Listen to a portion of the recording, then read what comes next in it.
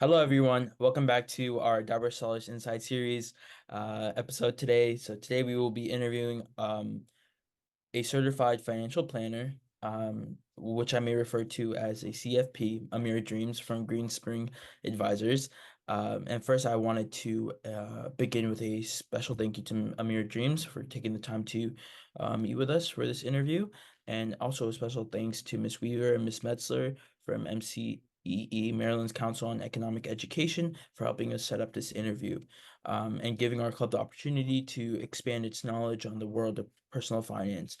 Before I introduce our guest, let me explain the main purpose of our discussion and give our audience a brief overview of what Diverse Sellers is all about. So, Diverse Sellers was a club that was started by me and Nicola in November of 2023, and it really stemmed from the lack of getting that information from a person, um, because the previous year we actually took a government course, and we didn't feel that we were learning much, but just it was for a grade. So the best way we were able to engage um, with our club was offering workshops, interactive seminars, and hands-on activities that cover essential topics such as budgeting, saving, investing, and understanding credit. So our club is like designed to be accessible and relatable, ensuring that students are not only learning but also feeling confident when applying what they've learned to real life situations. And one of the best ways we are continuing to keep our club engaged and also expanding our network is through online interviews that will be posted out throughout the summer, that have been posted out throughout the summer, and will be posted on our Instagram and YouTube for our club members to listen to. Now let's introduce our guest and get started with the interview. Good morning, Amir, and thank you for Good joining. morning. Um, Yeah, thanks for having me. mhm. Thank you very much, Amir. And may you introduce yourself? Yeah. Um, my name's Amir Dreams. I'm a certified financial planner, currently at Green Spring Advisors. I'm a financial planner there. Um, I've been here for just about a year now. Prior to that, I was with another firm in Harford County for about 4 years or so, 3 or 4 years. So yeah, been a financial planner, been in the financial planning realm for about 5 years now. Oh, that's great. That's great to hear. Thank you very much for that. Secondly, Nicola, who will be my co-host throughout this interview, may you introduce yourself? Hello, my name is Nicola. I'm a senior with the SARE. We run the club and we're trying to make it so that we have stuff to pass on to like the new generation of diverse dollars. Yes, sir. Thank you. Thank you. Now that we've introduced everyone, let's dive into your like personal journey with financial Sure. planning, personal finance. As someone who's like passionate about it, of course, and like the impact you see in everyone's like daily lives, like the people you also work in private wealth with and retirement. What were like the motivations for you, and what really made you choose a career in financial planning? And I'm just curious, were there like any challenges you faced and or hmm you've experienced like along the way? So, what the main question kind of is, can you like share what inspired you, pretty much? And Yeah, yeah, yeah, definitely. So, um, I guess it really started very, very early on in life. My family we didn't come from money at all, so that was always an issue. So as I got into high school, started taking these business classes, accounting classes, that sort of thing. But we did actually have, luckily, we were one of the only schools we had a personal finance course, and I really took to that. And the teacher who handled all the business accounting classes, she kind of took me under her wing, and I was sort of her mentee. And after that, I started at HCC. But then I started reading personal finance books, that sort of thing. Really got into that, and decided to go to community college first, save money, just started interning for jobs I was not qualified for, but somehow got. So I just wanted to build on experiences or work experience, tangible accounting, finance experience over, going to the biggest school. I feel like I wouldn't be able to manage time that well, but also saving on student loan debt. So Yeah, it's always been a passion after that. Ended up interning for a financial planning firm, and that's where the door opened up to me where I was like, accounting, probably not going to do that. It's not as fun. So I pretty much immediately switched my major and to financial planning, and I graduated from Towson University in 2022. Yeah, so 2.5 years ago or so. And that following year, I got the CFP designation. So I pretty much jumped right into studying for the CFP after that. Just doing like 3 hours a day for 6 months, and I was able to get the certification. Wow, that's a journey for sure. Like especially discipline as well. Um, building that for sure. And I'm just gonna hand it over to Nicola to speak about our next topic. Yeah. Okay, so as high school students start managing their own money, it's crucial that they learn how to make smart financial decisions that will set them up for success in the future.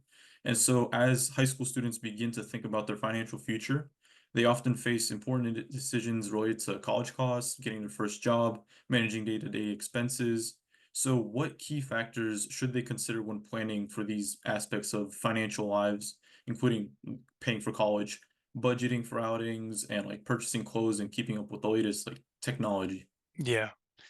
Yes. The first thing I'd say, and one of the hardest things to get across to clients, is you have to there's always going to be a finite amount of money that you have.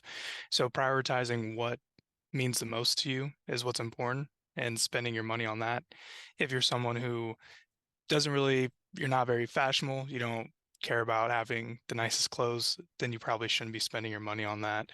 But if you like to travel, that's where you should focus your expenditures, right? So other than that, as far as college goes, always look at expected returns for the degree you're looking at, and because there are a lot of times where you'll pick a major that you really care about, which is good, but understanding how much you're projected to make post graduation, how much the student loans are going to be, and the expected monthly payments for that.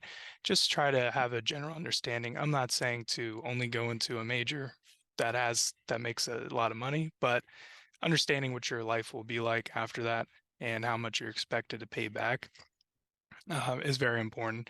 But yeah, it starts early, having that discipline and spending money where it means the most to you, Hmm. not trying to spend money just um, to flaunt it or keep up with your peers.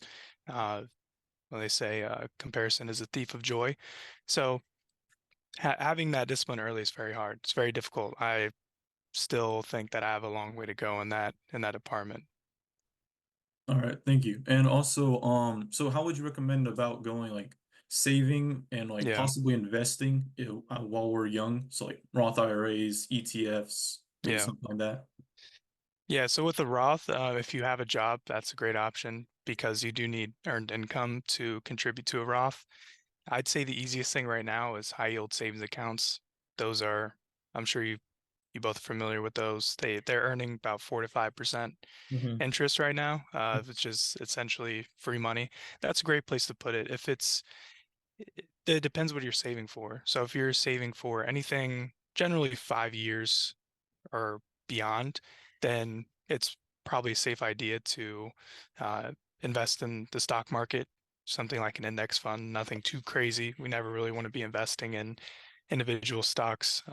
But anything less than 5 years, so let's say you're saving up for a car that you're hoping to buy in 3 years, I wouldn't put that in the market. I'd focus on high yield savings accounts. But the earlier you can get started with Roth, the better. Compound interest, right?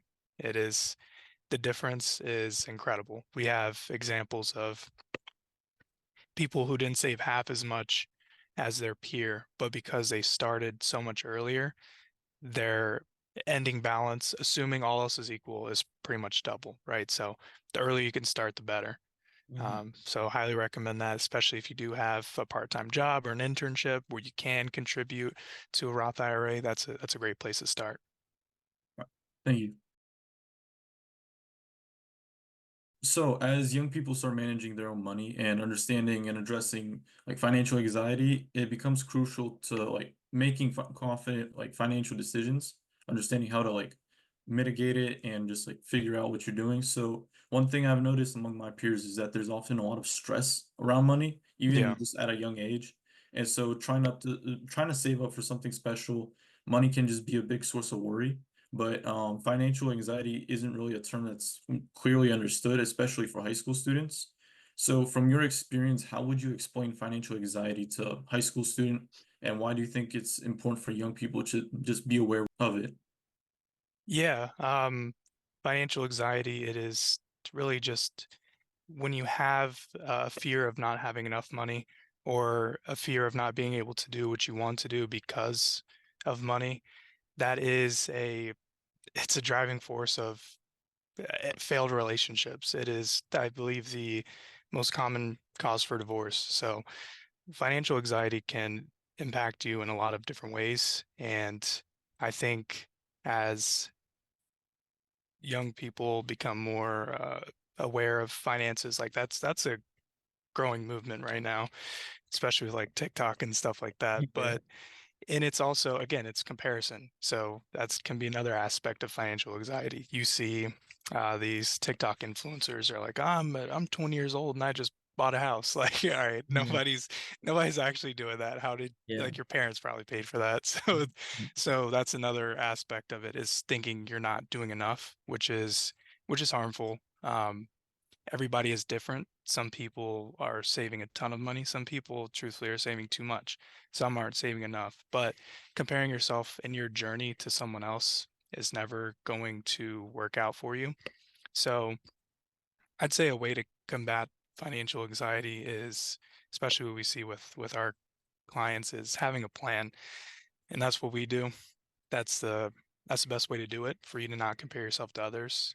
People ask, how much should I be saving? How much should I be spending? Well, I really can't tell you until I know all the facts, how much you're bringing in, how much your fixed costs are, what your goals are. So understanding that and putting together a plan is important to combat that because then you have a sense of security, feel like you know where you're going. And another thing I'd say is try to stay off social media as much as you can, especially regarding finances. There's not a ton of great financial content out there. Well, I'll take that back. There is, but there's a lot of bad content as well. So reading books, as archaic as that may sound, is a great option. That's what I always did. They I just find it a better resource for financial knowledge. So yeah, I just say don't compare yourself to others. Make a plan and continue to educate yourself. The more educated you are, the better off you'll be. All right, thank you. And also like I know there's a 20, 30, 50 method. I tried Yeah, using it. yeah. So what would you recommend? Like, is there any methods you would recommend to like someone younger, like a teen in high school? Yeah, the 20, 30, 50 method is good. It's probably the best rule of thumb out there. Mm, It's not going to work for everybody, but I'd say for, if I had to pick one method for everybody, that's a good one. all right. So, but at the end of the day, we always say save as much as you can without hampering your current life to a certain extent, right? So you don't want to save 80% of your income, spend 20% on needs, and then you don't do anything, you don't go out anywhere, right? So try to find that middle ground. And again, the way to do that is understanding what your goals are, how long it'll take you to reach them, and then you can say, okay, I need to save this much to reach these goals. That means I can spend this much on things that don't really matter or are just frivolous. So, but yeah, the 50, 30, 20 method is probably one of the better rules of thumb out there if we're just talking about the anyone. Mm, Mhm. all Definitely. right. Thank you. Sure. I'm gonna just pass it back to Sarah now. Great, great. That was actually a really good conversation, guys. I just want to talk about like building like credit responsibly. So a lot of Yeah. like a lot of members are high schoolers, so we are like faced with like, oh, after high school, am I going to get a job, or or as well as like I'm able to open a lot of things, and like a lot of responsibility comes towards you after high school. Yeah. Uh, you're not living on you may not be living under your parents' roof anymore. Hmm. You might be at college, or you might be at your own house. And a lot of people may open credit cards for the first time. And at that age, you kind of maybe spend like irresponsibly. Yeah. And credit limits are like 3,000, maybe when you start off Yeah. 6,000. And it can really damage your credit score if you spend irresponsibly, and can impact whether you get a great rate on your car or your home. So can you, like, better than me, may you explain what credit is and why it's important for us to understand it at a young age, and like what was your personal experience with like credit Hmm. cards and stuff? And also, I believe if you close credit cards, they also drop your credit score by any chance? It Yeah. can, yeah, for sure. So yeah, so credit is essentially, there are a few companies out there. The most common one is FICO, and they take all of your um, pretty much all of your financial information based on loans you have. Sometimes they even delve into assets, Mhm. and they try to determine creditworthiness. They sell this information to companies like a credit card company or car company, so they can essentially look you up and say, well, Amir's made on-time payments for X amount of years.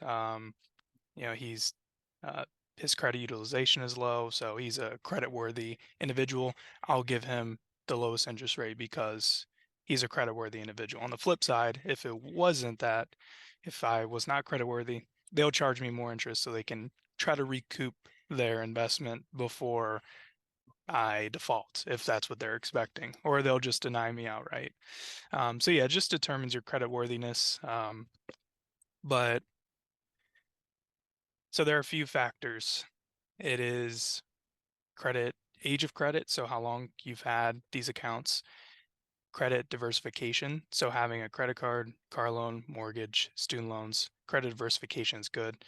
Um, Credit utilization, so if you have a credit card that has a $10,000 credit line and you only use $1,000 a month, or use $500 a month, that looks good to the credit card companies. They like that. I think they want it to be below 30% or so, Mhm. because what that tells them is that this person's creditworthy. They have a lot of credit available to them, but they don't use it all. If you get a $3,000 credit card right out of high school and you max it out every month, even if you pay it all off every month, that still doesn't look good for your credit. That'll bring your credit score down. Mhm. Um, and there are two more. What are the other? Oh, on-time payments, of course. Yeah. And I can't remember the fifth one off the top of my head.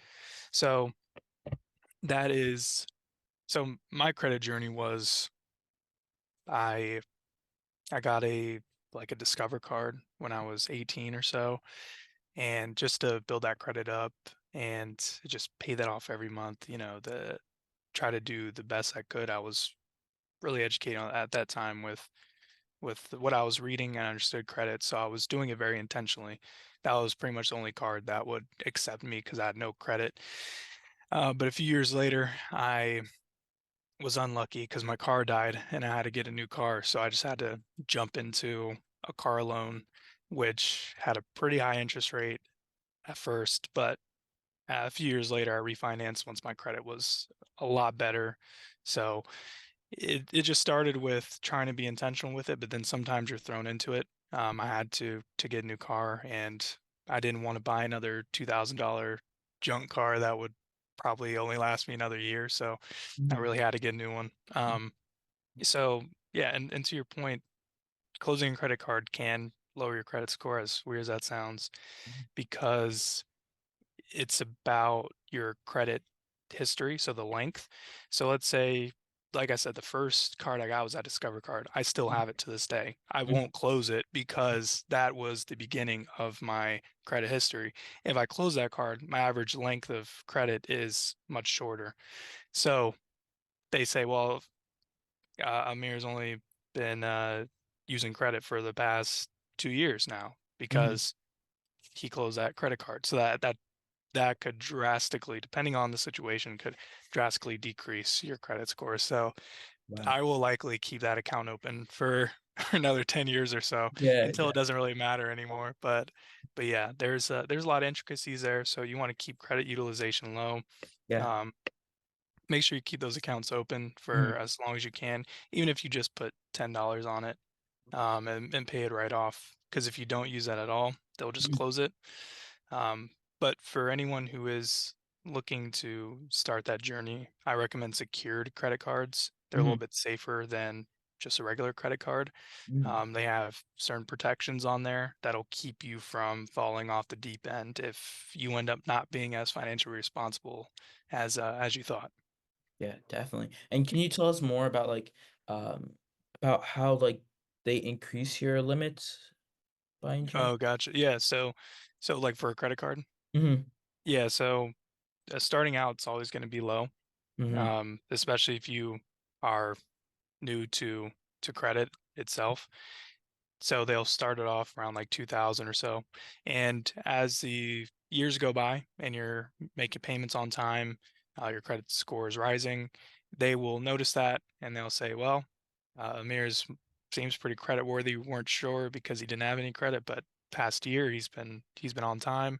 Let's increase. They'll just pretty much send you an email and say, hey, mhm. we've increased your credit limit. Okay. That's pretty much it. So that'll just happen, and again, that the more they increase it, usually is the better for you, especially if you don't change your spending habits, because Mhm.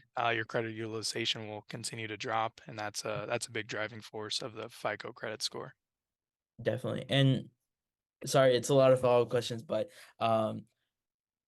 I just wanted to, like, I haven't read into it as much, but let's say a good, like, score I've spoken to my father about, like, he's an accountant, so he's always, like, told me about, "Oh, your credit score should always be good." Um, 750 is around the range, or, like, the 750 score and above is, like, the best credit score for, Mhm. good interest rates and credit limits. Is it hard to recover from a bad credit score? Oh, that's a good question. It depends on what the bad credit score is from. Yeah. So let's say you declared bankruptcy.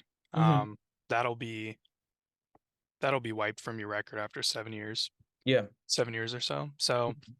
a lot of times, it's just a timing thing. Your Mhm. credit score will be bad for a number of years just because you can do everything right. After that, it doesn't matter. But Mhm. then after a certain amount of years, whatever marks were made on your credit report will go away, and your Mhm. credit score jumps up. For example, um, this is a not a great example, but like a hard inquiry. Have you heard of hard or soft inquiries? No, I haven't, I haven't. So, if you let's say you're searching for a credit card and you apply for one, Mhm. that's because that credit card company is going to go look at your credit report. That's called a soft inquiry. Mhm. That will negatively impact your credit score for like 3 points or so, just Mhm. because you're looking for new credit. Yeah, Wow, that's yeah, if crazy. somebody looks into it, That's then crazy. that'll negatively impact that. And I think a soft inquiry lasts for like 3 months. So then Oh, after 3 months, it'll go back up. So it's mhm. just an example of like there's so many little things that can impact it, Mhm. and certain things last longer than others. Like a soft inquiry, a hard inquiry, that's usually just means that it's a more in-depth credit search. So for something like a mortgage or a car loan, I believe would be a hard inquiry. Mhm. Um, so that'll impact it negatively, but after a certain amount of time, it'll come back. So if you declared bankruptcy, it'll be very difficult to build that back up. It's just a waiting game and trying to build yourself back up with consistent payments, that sort of thing. Mhm. Um, I'd say the hardest thing to recover from is missed payments. Mhm. Payment history is, I'm not sure how far back that goes, Yeah. but if you have a significant amount of missed payments, you'll have to make sure that every other aspect of your credit score, the other four aspects, so the diversification, the credit utilization, et cetera, is that's got to be perfect Mhm. to build it back up because there's a pie chart you can look up and how they calculate it based on those criteria. Not every piece of the credit score is as impactful as another. I believe length of credit history is one of the most impactful. So is on-time payments. Mhm. I think credit diversification is a little bit on the lower end, and then yeah, I can't remember what the other two are, but yeah, they're all they all impact it differently. Definitely, yeah, and also if you don't pay by, like, the due date of the month, Yeah, the late fees are yeah, yeah, initial too. Yeah, yep, definitely. So definitely, I definitely learned from that, building credit wisely is important for better. is very important. Yeah, Yeah. it can set you up for the future as well. If you're graduate from college and a few years later you're looking to buy a house, Mhm. is starting your credit journey at 18 and doing it the right way, you can have a credit score of 750 by the time you're 24. Wow. Honestly, Mhm. that's something you could do, and that'll really help you in whatever big endeavors you have up next. Mhm. Definitely, definitely. Thank you for that, Amir. Sure. Nicola, would you like to say anything before we go on? Um, yeah, sure. Oh, so I know that, like, for example, like family-wise, you can authorize a child, like starting from like 13 or 14 on a credit card, Yeah. just to build their credit history. So would you advise like doing that, and like how would you advise going about that?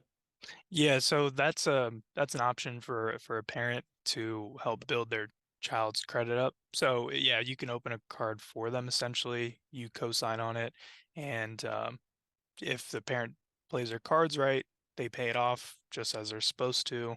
Yeah, that can be a great way to build your child's credit. It can be risky, of course, if for some reason you miss something, you don't Mhm. want to set them up for failure. So Yeah. I would just make sure that the child is aware, of course, of what's going on, and they're okay with it, and Mhm. try to make sure they understand the ramifications. Definitely. But anything like that is great.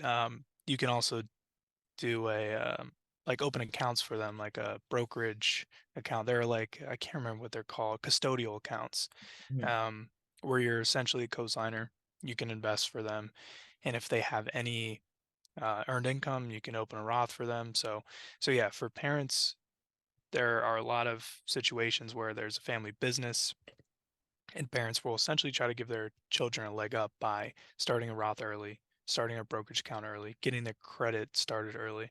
So yeah, if you have a financially savvy parent and you want to set your child up for success in the future, that's a way to do it. But on the flip side, there's been a lot of financial abuse in that realm Mhm. as well. Mhm. People finding out that their parents opened credit lines under their name and were delinquent on those credit lines, Yeah. and it would end up tanking their financial future. Yeah, that's insane. That's really Yeah. the sad part. So as we close out, our very last question is like pretty much for our audience, and it's like, what's one piece of advice, financial advice you wish you had known when you were in high school? Oh, that's a good one. And I don't know. I'm not sure if I did know this in high school, so Mm, I'll say this one. I've already mentioned it before, but compound interest and how early you start is a game changer. Also, I'll add to that. So one, yes, starting early, but also don't try to stock pick or follow the trends, like mm-hmm. GameStop, Nvidia, whatever it may be. Starting early and just getting into an index fund, just letting it, not touching it, not looking at it. That's probably, if I can go back in time, obviously I'd say like go back to 2015. I'd say just invest in Bitcoin. Don't worry Yeah, about it. definitely. But if I couldn't say anything like that, I would say, Yeah. the earlier you start, just get started, keep the ball rolling, Mm, and don't try to be fancy with it, and mm, just let it ride, and you'll be, in 10 years that definitely. that that money could do wonders. Hmm. Great, great. And I just want to ask real quick, are there any like courses, or, like accounting courses, websites, or like any resources that you would recommend to just like study up on, like books maybe? Oh, Mhm. books, yeah. Let's see. I would say Simple Wealth, Inevitable Wealth by that is Nick Murray. That's one of my favorites. The One Page Financial Plan by Carl Richards is a great one as well. So yeah, I have a ton. I've read dozens. Of course, The Intelligent Investor. I read Mhm. him Walk Down Wall Street. That's a great one as well. Um, yeah, I can send a follow-up with a ton of Definitely. recommendations. Yeah. But other than that, yeah, books is a great place to start. Wall Street Journal, just reading up on financial news. And if you Mhm. see anything that doesn't really make sense to you, I would just research it. Like, what does this mean? And trying to understand that. Mhm. Um, but yeah, books, Yeah. talking to people like you two are doing already, making connections like that, finding mentors in the realm that you're looking to go into. There's Mhm. a ton of free content out there as well. Some great YouTube series. Um, yeah, especially long form content. I would try to stick with that again. I'm not a fan of short form content when it comes to finances, but Yeah. books and books Uh, and people for sure. yeah. By any chance, do you read Deal Book on New Read York? what? Deal Book? Deal. I'm not. I don't believe so. I've never heard of that. It's What is that? um it's like a 5-minute rundown on economics, finances. Oh, okay. It's like Morning Brew, like Oh, a like Morning a Brew, like a yeah. newsletter. And Gotcha. What is it called? Deal Book. It's Deal book. by New York Times. And as well as every Friday, I read these things just to keep a conversation with people. Uh, Yeah. and every Friday there's a article called Peri Passu, maybe you've heard of it. And they pretty much um headline all the cool things. Like they just headlined Yale's endowment and how like they reinvest Gotcha. in endowment, AutoZone, on why AutoZone will never like fail as a company. Interesting. So it's really nice. I can also send you those links too. Yeah, So for sure. great, great. And Amir, thank you very much, and we really appreciate you taking the time to talk to us Of today. course, of course. Great. Yeah, it was my pleasure again. This was really fun. Definitely, definitely. Thank you very much. Thank you so Yeah, much. Have a not a good day. problem. Thank you, you too. I like what you guys are doing. Keep it up. Thank you. All right. Have a good one. You too. Bye.